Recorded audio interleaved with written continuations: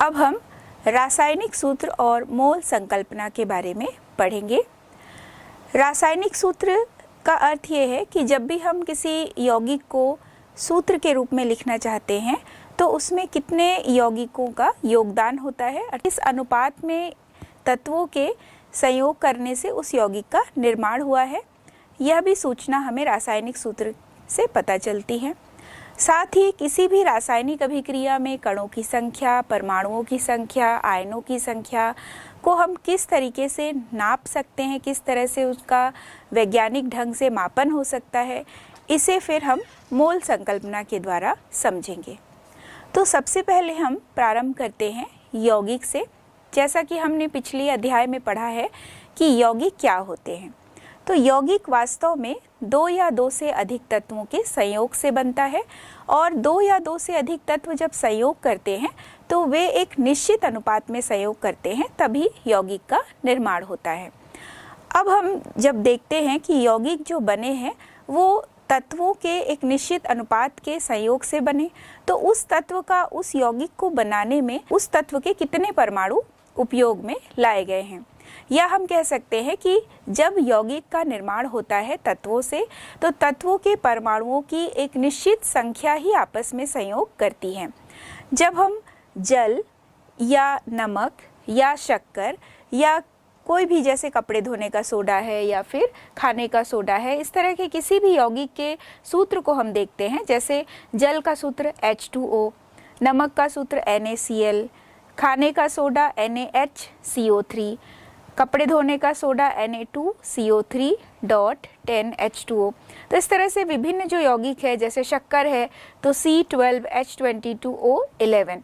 तो इसमें हम देख रहे हैं कि जितने भी यौगिक है, सभी यौगिकों में जो तत्वों का अनुपात है संयोग करने का, वह एक निश्चित अनुपात है। जैसे यदि हम जल की बात करें तो जल में 2 भाग हाइड्रोजन का और 1 भाग ऑक्सीजन का है। जब हम नमक की बात करते हैं तो एक सोडियम है और एक क्लोरीन का परमाणु है, या एक सोडियम तत्व का एक परमाणु, क्लोरीन का एक परमाणु संयोग करने से सोडियम क्लोराइड या नमक बनता है। जब हम खाने का सोडा देखते हैं तो खाने के सोडे का सूत्र है NaHCO3, यानी 1 परमाणु सोडियम, 1 हाइड्रोजन, 1 कार्बन और 3 परमाणु ऑक्सीजन के संयोग से खाने का सोडा यानी सोडियम बाइकार्बोनेट बना है। उसी तरह से कपड़े धोने का सोडा तो Na2CO3, जिसमें सोडियम परमाणु के 2 पार्ट हैं, C कार्बन का 1 और ऑक्सीजन के 3 परमाणु यहाँ पर संयोग करते हैं। साथ में इसमें 10 जल के अणु भी जुड़े होते हैं। तो एक निश्चित अनुपात हम देख रहे हैं विभिन्न यौगिकों के सूत्र को लिखते समय। तो कैसे इन सूत्रों को लिखा जाता है और इन सूत्रों को लिखने के पीछे किस तरह के उद्देश्य होते हैं, या किन कारणों से ये तत्व आपस में बंधे हुए हैं, कितने तत्व जो हैं या कितने तत्वों के कितने परमाणु जुड़ करके यौगिक का निर्माण कर सकते हैं, इन्हीं सब विषयों में हम पढ़ेंगे और इनको किस तरीके से हम रासायनिक सूत्र के द्वारा प्रस्तुत कर सकते हैं, इसे इस पाठ में हम विस्तार से समझेंगे। जैसा कि हमने पिछले अध्याय में पढ़ा था सहसंयोजी यौगिक, तो सहसंयोजी यौगिकों का निर्माण जो है वह सहसंयोजी बंध के बनने के कारण होता है। अब ये सहसंयोजी बंध, इसका अर्थ होता है किसी भी सहसंयोजी यौगिक में जो तत्व होते हैं उन तत्वों के बाह्यतम कोश में जितने भी इलेक्ट्रॉन होते हैं वे ही बंध बनाने भाग लेते हैं। जब ये इलेक्ट्रॉन समान संख्या में, यानी अगर 2 या 2 से अधिक तत्व हैं या 2 तत्व हैं, तो इनके जो बाह्यतम कोश के इलेक्ट्रॉन हैं वो समान संख्या में इलेक्ट्रॉनों की साझेदारी करते हैं और तभी जाकर सहसंयोजी बंध का निर्माण होता है।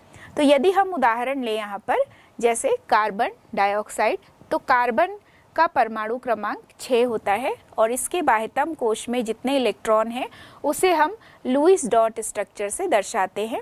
लुईस डॉट स्ट्रक्चर में हम देखते हैं कि क्रॉस से या फिर डॉट से इसे दर्शाया जा सकता है।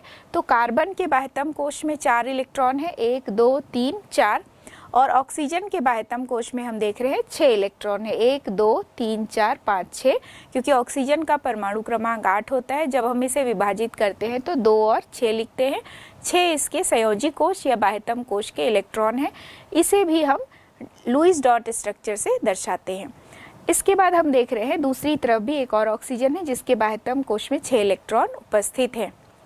यहाँ पर यदि हमें CO2 यानी कार्बन डाइऑक्साइड का जो सूत्र है CO2 उसे लिखना है तो उसके पीछे इसी तरह से जो इलेक्ट्रॉनों की सहभागिता होती है, इलेक्ट्रॉनों का सहभाजन होता है, उसी आधार पर ही रासायनिक सूत्र को लिखा गया है। यहाँ पर हम देखते हैं कि एक कार्बन है और दोनों तरफ ऑक्सीजन है, तो प्रत्येक कार्बन के बाह्यतम कोश में हम देख रहे हैं 4 इलेक्ट्रॉन है, तो 2-2 इलेक्ट्रॉन का साझा करते हैं, जिससे इधर के ऑक्सीजन के भी 6 और 2 8 हो गए, मतलब 8 अष्टक पूरा हो गया। दूसरी तरफ भी जो ऑक्सीजन है वहाँ भी हम देख रहे हैं कि 6 इलेक्ट्रॉन पहले से है और 2 इलेक्ट्रॉन के साथ ये साझा करते हैं, तो 6 और 2 8 इलेक्ट्रॉन हो गया। साथ ही जो बीच में कार्बन है, चूंकि इसके बाह्यतम कोश में 4 ही इलेक्ट्रॉन है और दोनों ओर के ऑक्सीजन के 2-2 इलेक्ट्रॉनों के साथ ये साझा कर लिया, तो इस तरह से 4 पहले से था और 4 इसको साझे के द्वारा प्राप्त हुआ। तो इस तरह से इस कार्बन के भी अष्टक यहाँ पर पूर्ण होते हुए दिखाई दे रहे हैं। तो अब यहाँ पर हम देख रहे हैं कि कार्बन डाइऑक्साइड का जो सूत्र है CO2 बन सकता है, क्योंकि यहाँ पर हम देख रहे हैं कि एक कार्बन है और 2 ऑक्सीजन है, जिसमें प्रत्येक परमाणु यानी कार्बन का एक परमाणु और ऑक्सीजन का दोनों परमाणु दोनों ही अपने अष्टक को पूरा कर लिए, दोनों ही अक्रिय गैस संरचना को प्राप्त कर लेते हैं और एक स्थायी संरचना को प्राप्त करते हैं। तो इस तरह से जब हम यौगिक का सूत्र लिखते हैं किसी भी सहसंयोजी यौगिक का, तो उस दौरान हम देखते हैं कि उसमें इलेक्ट्रॉनों की जो सहभागिता हुई है बंध बनाने के लिए, इलेक्ट्रॉनों का जो सहभाजन हुआ है वह कितने परमाणु या किन परमाणुओं के आपस में बाह्यतम कोश के इलेक्ट्रॉनों के साझेदारी से बंध का निर्माण हुआ है। तो यहाँ पर हम देख रहे हैं कि यदि हम चाहें भी तो CO3 नहीं बना सकते कार्बन डाइऑक्साइड का सूत्र, क्योंकि अगर हम 3 ऑक्सीजन करेंगे और 1 कार्बन करेंगे तो ऐसी स्थिति में किसी भी परमाणु का जो अष्टक है यानी कोई भी एक ऑक्सीजन परमाणु का जो अष्टक है वो पूर्ण नहीं हो पाएगा। साथ ही जो कार्बन है वह बाह्यतम कोश में उसके 8 इलेक्ट्रॉन से अष्टक पूरा हो जा रहा है, यदि वह तीसरे ऑक्सीजन के साथ भी इलेक्ट्रॉन का साझा करेगा तो उसके बाह्यतम कोश में अष्टक से ज़्यादा इलेक्ट्रॉन हो जाएंगे, जो कि संभव नहीं है। तो इस तरह से कोई भी परमाणु जब बंध बनाता है यौगिक बनाते समय, तो उस दौरान उसमें उपस्थित समान संख्या में जो इलेक्ट्रॉन्स होते हैं यानी दोनों परमाणुओं में समान संख्या के इलेक्ट्रॉनों की सहभागिता होती है, साझेदारी होती है, तब जाकर सहसंयोजी बंध का निर्माण होता है। और इसी तरह से यौगिकों के सूत्र को भी हम लिख सकते हैं। यदि हम एक अन्य उदाहरण लें जैसे जल, तो जल में हम देख रहे हैं कि हाइड्रोजन के 2 परमाणु और ऑक्सीजन का 1 परमाणु, तो यहाँ बीच में हम ऑक्सीजन लिखते हैं। इसके बाह्यतम कोश में संयोजी कोश में 6 इलेक्ट्रॉन है, 1 2 3 4 5 6, और हाइड्रोजन जो है वो 2 तरफ हम बना देते हैं 1 1। तो इस तरह हम देख रहे हैं कि ये जो हाइड्रोजन है, तो इस हाइड्रोजन में जो 1 इलेक्ट्रॉन है इस ऑक्सीजन के 1 इलेक्ट्रॉन के साथ वो साझा करेगा। तो इस तरह से 6 पहले से है, 1 साझा हो गया, तो ऑक्सीजन के पास अब 7 हो गए। दूसरे हाइड्रोजन के भी 1 इलेक्ट्रॉन से जब साझा कर लेगा तो इसके भी यहाँ पर साझा होने के बाद इसमें बाह्यतम कोश में अब इलेक्ट्रॉन ऑक्सीजन के पास 8 हो जाएंगे। जबकि दोनों जो हाइड्रोजन हैं, चूंकि हाइड्रोजन में बाह्यतम कोश में 1 ही इलेक्ट्रॉन है और अधिकतम उसमें 2 ही इलेक्ट्रॉन हो सकते हैं, जो कि इसको ऑक्सीजन के 1 इलेक्ट्रॉन के साझेदारी से मिल गया। तो इस तरह से जो हाइड्रोजन है वो हीलियम के संरचना को प्राप्त कर लेगा, यानी इसके बाह्यतम कोश में अब 2 इलेक्ट्रॉन होगा, जबकि ऑक्सीजन के बाह्यतम कोश में 6 पहले से था और 1 इलेक्ट्रॉन के साझे के बाद अब उसमें इलेक्ट्रॉनों की संख्या हो गई 8। तो इस तरह से ये भी अपने अष्टक को पूरा कर लिया। तो किसी भी तत्व के निर्माण के समय हम देखते हैं कि कितने इलेक्ट्रॉनों की साझेदारी हुई, उस आधार पर हम इलेक्ट्रॉन को लुईस डॉट स्ट्रक्चर से शो करते हैं और कैसे इसको व्यवस्थित ढंग से लिखेंगे और कैसे इसमें इलेक्ट्रॉन की साझेदारी को शो करेंगे, उसे हम इस तरह लुईस डॉट स्ट्रक्चर से बहुत अच्छी तरह से समझ सकते हैं। यदि यहाँ पर हम देख रहे हैं कि कार्बन के साथ 2 ऑक्सीजन जुड़ा हुआ है, इस कार्बन के साथ यहाँ 1 ऑक्सीजन जुड़ा हुआ है। इसी तरह से एक और स्ट्रक्चर देखिए, इस कार्बन के साथ 3 ओर से 3 ऑक्सीजन जुड़ा हुआ है। तो यहाँ पर हम देख रहे हैं कि ये जो कार्बन है, इधर पहले ऑक्सीजन और दूसरे ऑक्सीजन के साथ दोनों तरफ से हम देख रहे हैं कि 2-2 इलेक्ट्रॉन का साझा कर लिया। तो इस तरह से तो ये कंप्लीट है, लेकिन जो नीचे ऑक्सीजन है उसके साथ साझा करने के लिए इस कार्बन के पास एक भी इलेक्ट्रॉन प्रेजेंट नहीं है। तो ऐसी स्थिति में इस तरह की जो सूत्र हैं वो संभव नहीं है। चाहे हम दूसरी तरफ से भी करें कि यदि कार्बन के दोनों तरफ 2 ऑक्सीजन है और जो और एक ऑक्सीजन है उसे ऑक्सीजन के साथ ही शेयरिंग के लिए रख देते हैं, तो ऐसी स्थिति में क्या होगा, इस कार्बन के साथ तो अष्टक पूरा हो गया, ऑक्सीजन का भी अष्टक पूरा हो गया, यानी दोनों तरफ का, कार्बन से जुड़े दोनों ऑक्सीजन का। लेकिन इस ऑक्सीजन के साथ जुड़ा हुआ जो और एक ऑक्सीजन है, यहाँ पर हम देख रहे हैं कि अष्टक जो है वो पूर्ण तो हो रहा है, लेकिन ये जो स्थायित्व जो है वो पूरा नहीं हो पाएगा, क्योंकि अब इस ऑक्सीजन में हम देख रहे हैं कि इसका तो 8 हो गया, लेकिन जो ऊपर वाला ऑक्सीजन है उसमें हम देख रहे हैं कि 4, 2, 6 और 2, 8 और 2, 10 इलेक्ट्रॉन हो गए। तो इस तरह हम देख रहे हैं कि ये ऑक्सीजन जो है वो अस्थायी होगा। तो किसी भी यौगिक में हम देखते हैं कि प्रत्येक जो परमाणु है वो सहभागिता से या सहभाजन से बंध का निर्माण करता है और उसका उद्देश्य यही होता है कि वह स्थायित्व को प्राप्त करे। तो यहाँ जो हमने संरचना देखी कार्बन डाइऑक्साइड को लिखने का या कार्बन के साथ ऑक्सीजन के जुड़ने की स्थिति को, तो यहाँ हम देख रहे हैं कि ये ऑक्सीजन जो है वो अस्थायी रह जाएगा। तो ऐसी स्थिति में हम इस अणु की संरचना को, इस अणु के सूत्र को इस तरीके से लुईस डॉट स्ट्रक्चर से भी ठीक तरीके से नहीं बता सकते, क्योंकि यह एक अस्थायी अणु बन जाएगा। यदि हम C से 3 ऑक्सीजन जोड़ते हैं तो C से 3 ऑक्सीजन जुड़ने की स्थिति में वह कार्बोनेट होता है, लेकिन अगर उसमें 2 निगेटिव चार्ज लगा हो तो ऐसी स्थिति में वो एक आयन बन जाता है। तो उसका फिर अलग तरीके से हम स्ट्रक्चर को, उसकी संरचना को हम अलग तरीके से समझ सकते हैं। लेकिन केवल CO3 जो है वह अस्थायी होगा, वो किसी भी आधार पर इसे हम व्यक्त नहीं कर सकते अणुक अवस्था में। आयनित अवस्था में जब इसे, आयन की अवस्था में जब इसे दर्शाएंगे तब हम CO3 2- लिख सकते हैं, लेकिन CO3 अकेला हम नहीं लिख सकते, यानी कि CO3 यौगिक जो है वो बनने की संभावना बिल्कुल भी नहीं होती है। यदि हम CO3 बनाना चाहते हैं तो या तो ऑक्सीजन अस्थायी होगा या फिर जो कार्बन है वह अस्थायी होगा। तो ऐसी स्थिति में हम देख रहे हैं कि इस प्रकार के यौगिकों को जब सूत्र के रूप में लिखते हैं तो उसे लिखने के लिए हमें लुईस डॉट स्ट्रक्चर के साथ साथ उस अणु में जितने भी परमाणु भाग ले रहे हैं उन परमाणुओं की व्यवस्था कैसी है, किस तरीके से व्यवस्थित करने पर वे अपने अष्टक को पूरा कर लेंगे, इसे भी समझना बहुत आवश्यक है। अब हम सहसंयोजी यौगिकों के अणुभार के बारे में समझेंगे।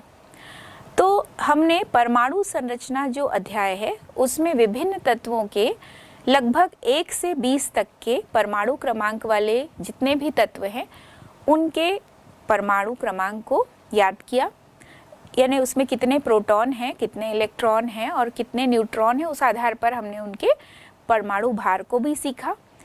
साथ ही उसके परमाणु क्रमांक से हमने प्रोटॉन की संख्या को पहचानना, इलेक्ट्रॉन की संख्या को पहचानना भी सीखा और परमाणु भार और परमाणु क्रमांक के आधार पर न्यूट्रॉनों की संख्या को निकालना भी सीखा है। अब इस अध्याय में हम यौगिकों के अणुभार या आणविक जो द्रव्यमान है उसके बारे में समझेंगे। तो जब भी किसी यौगिक का निर्माण होता है तो यह यौगिक विभिन्न तत्वों के परस्पर संयोग से या एक निश्चित अनुपात में संयोग करने से ही बनते हैं। तो किसी भी अणु में जब हम उसके सूत्र को लिखते हैं तो उस सूत्र में हम देखते हैं कि उस अणु के एक एक परमाणु या उस अणु में हर एक जो तत्व है उसमें कितने कितने परमाणु जुड़े हुए हैं। जैसे हम CO2 लिखते हैं तो 1 कार्बन और 2 ऑक्सीजन, H2O लिखते हैं तो 2 हाइड्रोजन और 1 ऑक्सीजन, यदि हम अमोनिया लिखते हैं तो 1 नाइट्रोजन और 3 हाइड्रोजन होता है। तो इस आधार पर हम उसके अणुभार को कैसे ज्ञात करेंगे इसके बारे में हम समझेंगे।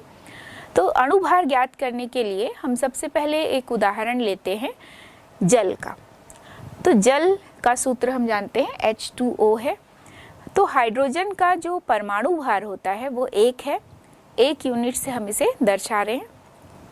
ऑक्सीजन का जो परमाणु भार है वो 16 यूनिट से दर्शाया जाता है।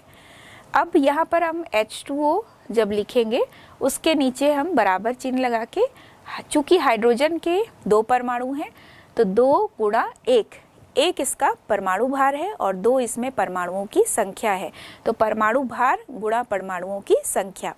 फिर हम प्लस करेंगे, जब हम एक तत्व से दूसरे तत्व के परमाणु भार की ओर जाते हैं तो बीच में हम प्लस साइन लगाएंगे और उसके बाद हम ऑक्सीजन के परमाणु भार को लिखते हैं। तो ऑक्सीजन का परमाणु भार है 16, तो यहाँ पर 2 धन 16 बराबर होगा 18 यूनिट। तो यूनिफाइड मास के रूप में इसे हम दर्शाते हैं। तो यूनिफाइड मास यानी कि यहाँ पे टोटल हो गया इसका जो अणुभार वो 18 यूनिफाइड मास। तो इस तरह से हम देख रहे हैं कि इस जल के अणु का अणुभार होता है।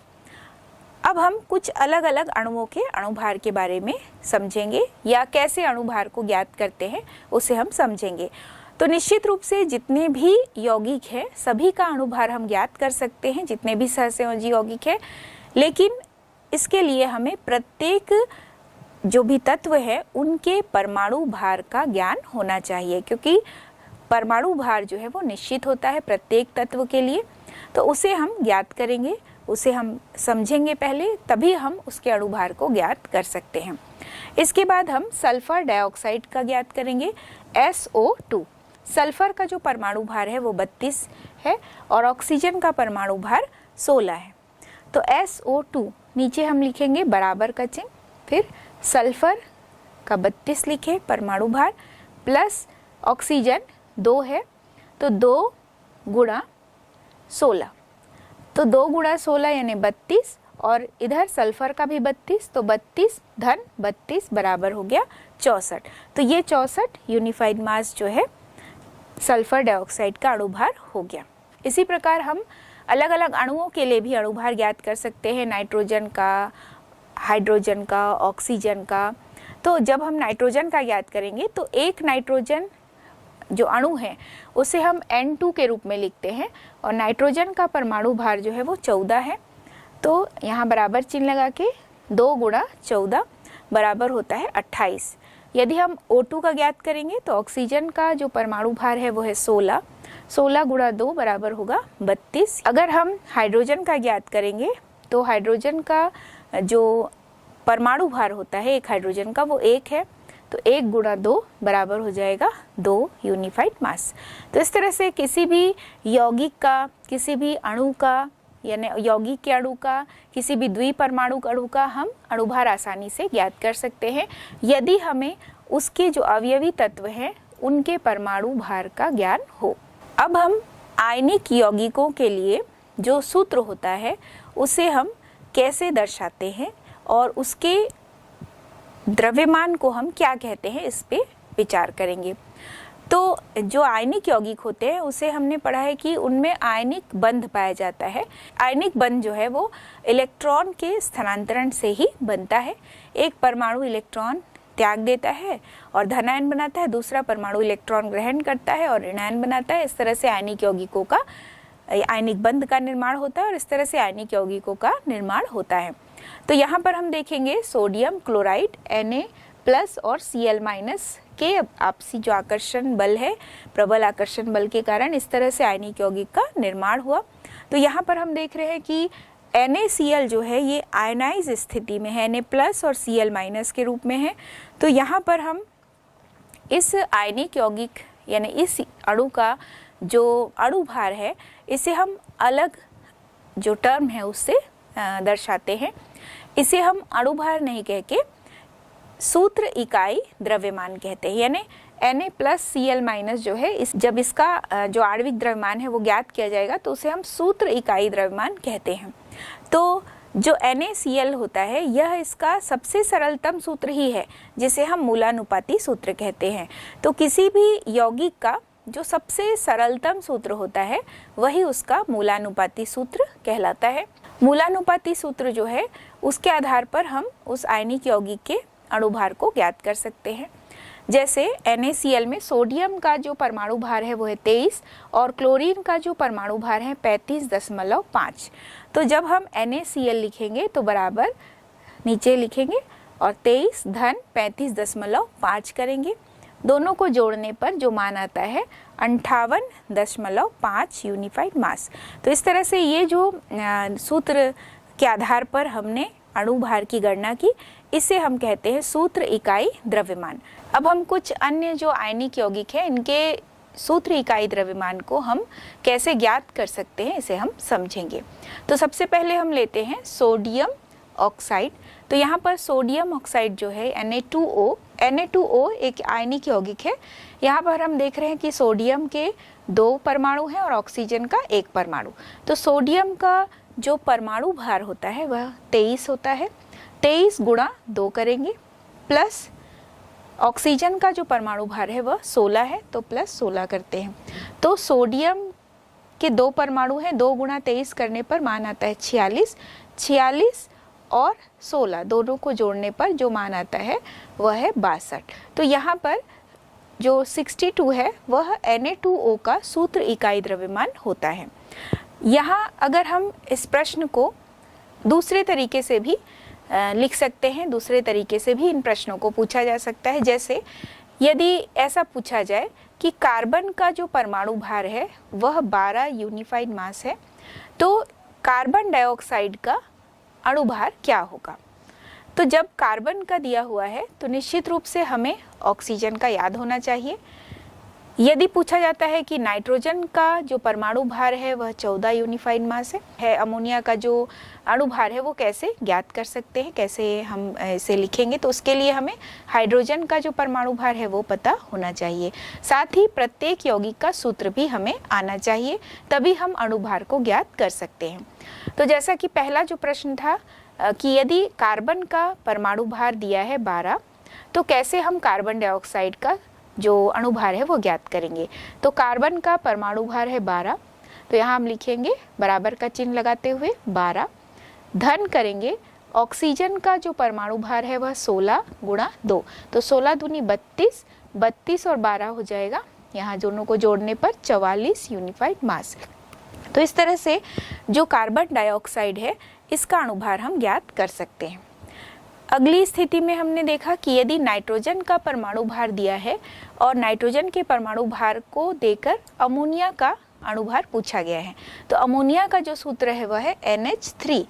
तो नाइट्रोजन का परमाणु भार है 14, तो यहाँ बराबर 14 करेंगे, धन हाइड्रोजन की संख्या अमोनिया में 3 है और हाइड्रोजन का जो परमाणु भार है वह 1 है, तो 1 गुणा 3, तो 14 धन 3, तो यहाँ माना जाएगा 17 यूनिफाइड मास।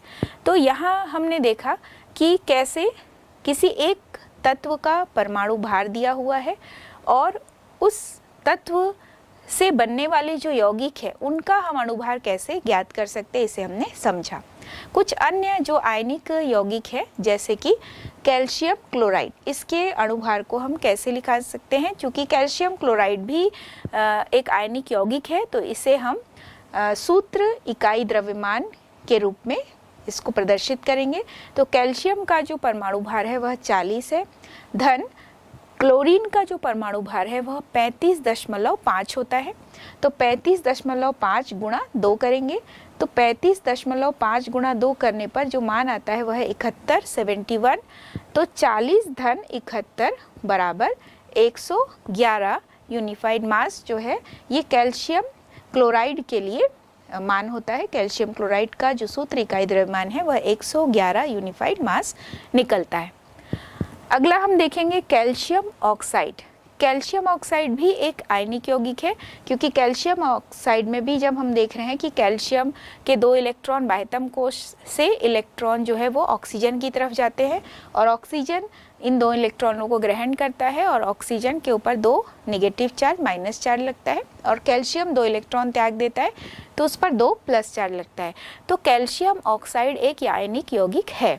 कैल्शियम का जब हम परमाणु भार देखते हैं तो यह 40 है, धन ऑक्सीजन का परमाणु भार 16, दोनों को जोड़ने पर जो मान आता है कैल्शियम ऑक्साइड के सूत्र इकाई द्रव्यमान के रूप में वह है 56 यूनिफाइड मास।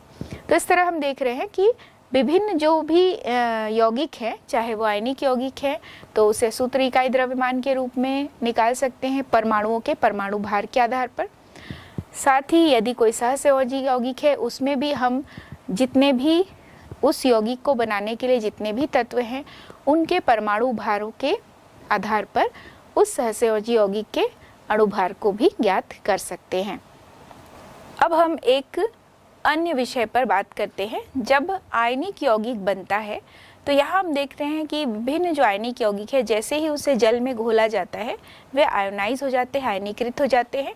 ये विद्युत के सुचालक भी होते हैं और इसका कारण यही है क्योंकि वो आसानी से जल में आयनीकृत हो सकते हैं। जल में जैसे ही ये टूटते हैं विभिन्न आयन्स बनाते हैं, धन आयन और ऋण आयन। तो यदि हम सोडियम क्लोराइड को देखें तो सोडियम क्लोराइड का जो सूत्र है NaCl, Na+ और Cl- है। और यहाँ जब हम इसे आयोनाइज स्थिति में देखते हैं तो NaCl से बनता है Na+ और Cl-। तो यहाँ पर हम देख रहे हैं कि दो अलग अलग आयन है। इसे हम साधारण आयन कहेंगे क्योंकि सोडियम का एक आयन Na+ के रूप में दर्शाया गया। इसी तरह से जो क्लोरीन का आयन है जिसे हम क्लोराइड आयन कहते हैं वह Cl- के रूप में दर्शाया जा रहा है। तो यहाँ पर यदि हम अलग अलग देखें दोनों तत्वों से बने हुए जो आयन है तो वो साधारण आयन होते हैं, यानी आयनित अवस्था में है लेकिन एक ही परमाणु का आयन है, एक धन आयन और एक ऋण आयन। अब हम एक अन्य यौगिक के आयनीकरण अवस्था को देखेंगे, सोडियम नाइट्रेट। तो सोडियम नाइट्रेट का सूत्र है NaNO3। तो जब यह आयनीकृत होता है तो Na+ और NO3- बनाता है। तो यहाँ पर हम देख रहे हैं कि Na+ यानी सोडियम आयन और NO3- यानी कि नाइट्रेट आयन बनता है। तो यहाँ पर हम देख रहे हैं कि Na+ बना एक धन आयन और ऋण आयन के रूप में जो आयनीकृत हुआ है NO3-, इसमें हम देख रहे हैं कि दो परमाणु शामिल हैं, यानी दो परमाणु का ये आयन है। तो इस तरह के का जो आयनिक यौगिक होता है जब वो आयनीकृत होकर ऐसे आयन्स देता है जिसमें कि दो परमाणु हैं या दो से अधिक परमाणु है, तो इस तरह के आयन्स को कहते हैं बहुपरमाणुक आयन। तो इसमें हम देख रहे हैं जैसे नाइट्रेट है, नाइट्रेट को जब प्रदर्शित किया जा रहा है तो NO3- के रूप में, जिसमें नाइट्रोजन का एक परमाणु और ऑक्सीजन के 3 परमाणु हैं, साथ ही इसमें एक माइनस चार्ज लगा हुआ है, एक ऋण आवेश उपस्थित है। तो यहाँ पर हम देख रहे हैं कि एक पूरा परमाणुओं का समूह है, यानी हम कहें NO3- यानी एक नाइट्रोजन और 3 ऑक्सीजन। तो यहाँ पर हम टोटल यदि परमाणु की गिनती करते हैं तो वह 4 परमाणु होगा और इसमें आवेश जो है वो एक ऋण आवेश होता है। तो परमाणुओं का एक ऐसा समूह है जिसमें हम देख रहे हैं कि कुल आवेश के रूप में हम इसे दर्शा रहे हैं। पूरे परमाणुओं का समूह है, जैसे नाइट्रेट में ही 4 परमाणु है, 4 परमाणु मिलकर एक आयन बना रहे हैं और उस पूरे समूह में हम देख रहे हैं कि कुल आवेश कितना है उसे इसके ऊपर लिख दिया गया, यानी एक ऋण आवेश है। तो NO3- ये पूरा जो है वह एक आयन है और चूंकि इसमें 2 या 2 से अधिक तत्व है तो इसे हम बहुपरमाणुक आयन कहते हैं। तो जब बहुपरमाणुक आयन को परिभाषित किया जाता है तो इसे हम इस प्रकार कर सकते हैं, परमाणुओं के ऐसे समूह जिस पर कि हम देख रहे हैं कि कुल आवेश विद्यमान हो तो उनको हम बहुपरमाणुक आयन कहते हैं। यानी किसी भी बहुपरमाणुक आयन को जब प्रदर्शित किया जाएगा तो साथ ही उनके कुल आवेशों को भी उसके ऊपर प्रदर्शित किया जाता है। तो जैसे हमने सोडियम नाइट्रेट को देखा, Na+ और NO3- के रूप में दर्शाया गया। सोडियम धन आयन है और नाइट्रेट ऋण आयन है। अब यदि हम दूसरे अन्य जो भी आयनिक यौगिक है उसे हम आयनित अवस्था में देखते हैं तो सबसे पहले हम देखेंगे अमोनियम क्लोराइड, जिसका सूत्र है NH4Cl। तो NH4Cl जब आयनीकृत होता है तो NH4+ बनता है, धन Cl- बनता है। तो NH4+ अमोनियम आयन है और Cl- जो है वो क्लोराइड आयन है। तो NH4+ एक धन आयन है, इसमें हम देख रहे हैं कि परमाणुओं का समूह है, यानी नाइट्रोजन का एक परमाणु और हाइड्रोजन के 4 परमाणु। कुल परमाणुओं की संख्या 5 है और इस पे जो ऊपर आवेश लिखा है वो एक धन आवेश है और Cl में जो आवेश है वो एक ऋण आवेश है। तो Cl- यानी क्लोराइड आयन जो है वो एक साधारण आयन है, लेकिन हम जब NH4+ आयन की बात करते हैं तो यह एक बहुपरमाणुक आयन होता है। यहाँ हम देख रहे हैं सोडियम सल्फेट, तो Na2SO4, इसे जब हम आयनीकृत अवस्था में लेंगे तो 2Na+ प्लस SO4 2-। तो यहाँ भी हम देख रहे हैं कि जो सोडियम आयन है वह एक साधारण आयन है क्योंकि उसमें एक ही तत्व है Na+। दूसरी तरफ हम देख रहे हैं कि सल्फेट आयन जो है इसमें एक सल्फर का परमाणु है और 4 ऑक्सीजन का परमाणु है और इसके ऊपर कुल जो विद्यमान आवेश है वह 2 माइनस चार्ज है। तो SO4 2- भी एक बहुपरमाणुक आयन होता है।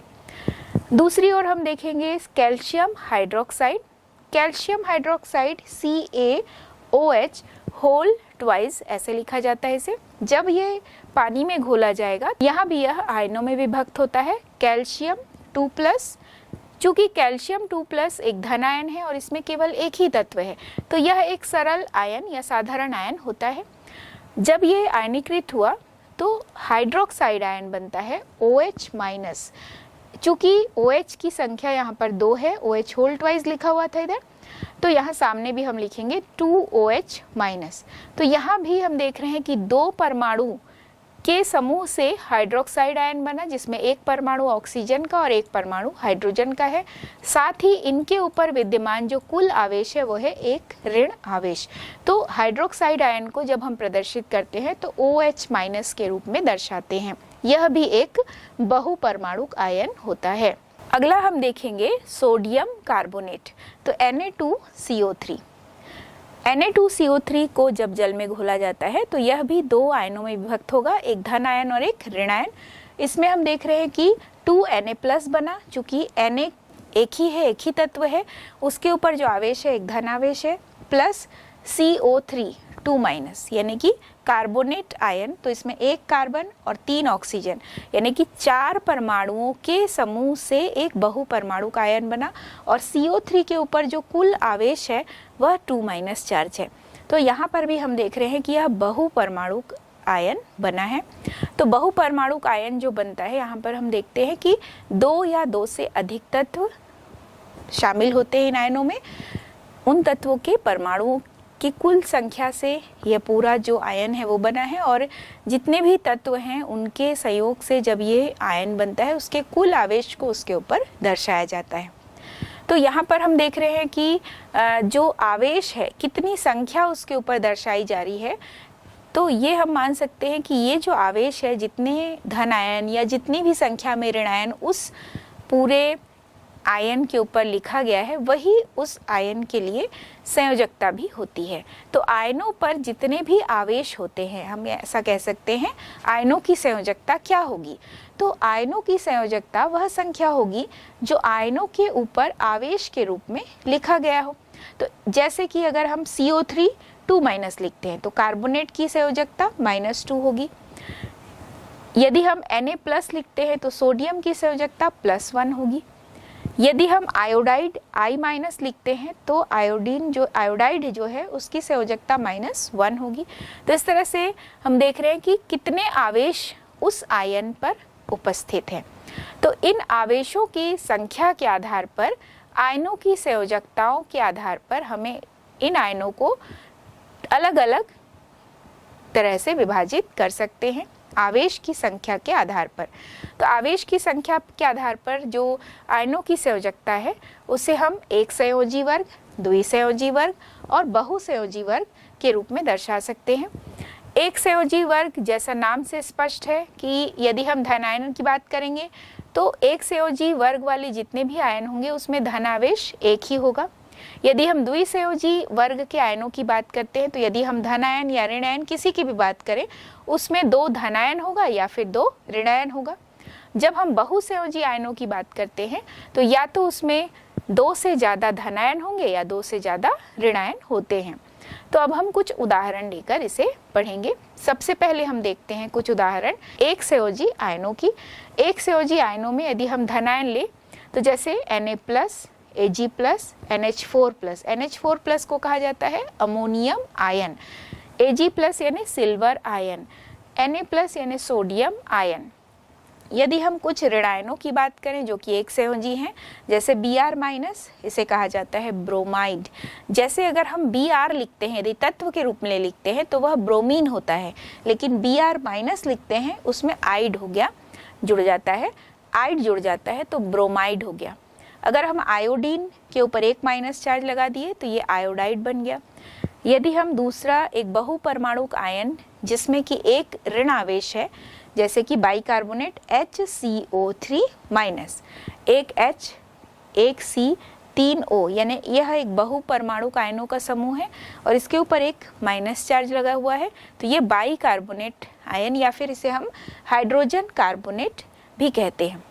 इसी तरह हाइड्रोक्साइड आयन जिसमें कि एक ऑक्सीजन और एक हाइड्रोजन है, तो OH माइनस यानी हाइड्रोक्साइड आयन भी एक संयोजी आयन का उदाहरण होता है। अगला हम देखते हैं द्विसंयोजी जो वर्ग है, इसमें भी धनायन होते हैं, ऋणायन भी होते हैं। यदि धनायनों का वर्ग देखें तो प्रत्येक जो तत्व है उनके ऊपर दो दो धनायन होगा, जैसे कि copper 2+, zinc 2+, nickel 2+, Fe2+, Mg2+, Ca2+। इस तरह से कई जो आयन्स होते हैं धनायन जिनके ऊपर दो धनावेश होगा, वह द्विसंयोजी आयनों की श्रेणी में रखे जाते हैं। यदि हम दो आवेश वाले ऋणायनों की बात करें तो जैसे S2- सल्फाइड आयन हो गया S2-। इसी तरह से जो कार्बोनेट है उसे हम CO3 यानी एक कार्बन 3 ऑक्सीजन यानी बहुपरमाणुक एक आयन हो गया कार्बोनेट, लेकिन इसके ऊपर हम कुल आवेश देख रहे हैं 2- है, तो ये द्विसंयोजी आयन होता है। एक और उदाहरण हम लेंगे सल्फेट SO4 2-। तो SO4 2- में एक सल्फर का परमाणु हो गया और 4 ऑक्सीजन के परमाणु हो गए, तो यह भी जो सल्फेट आयन है यह भी एक बहुपरमाणुक आयन होता है और इस पर कुल जो आवेश है वह 2- होता है। अगला हम लेंगे बहुसंयोजी जो आयन्स की श्रेणी है, जिसमें हम देख रहे हैं 2 से ज़्यादा आवेश होते हैं।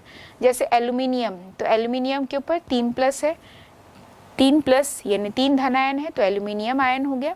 फॉस्फेट आयन यानी PO4 3- है, तो फॉस्फेट आयन हो गया, यहाँ पर PO4 3- चार्ज है। ऐसे कई और अन्य भी आयन्स होते हैं जिनमें कि 2 से ज़्यादा आवेश होते हैं, उसे हम बहुसंयोजी आयनों की श्रेणी में रखते हैं।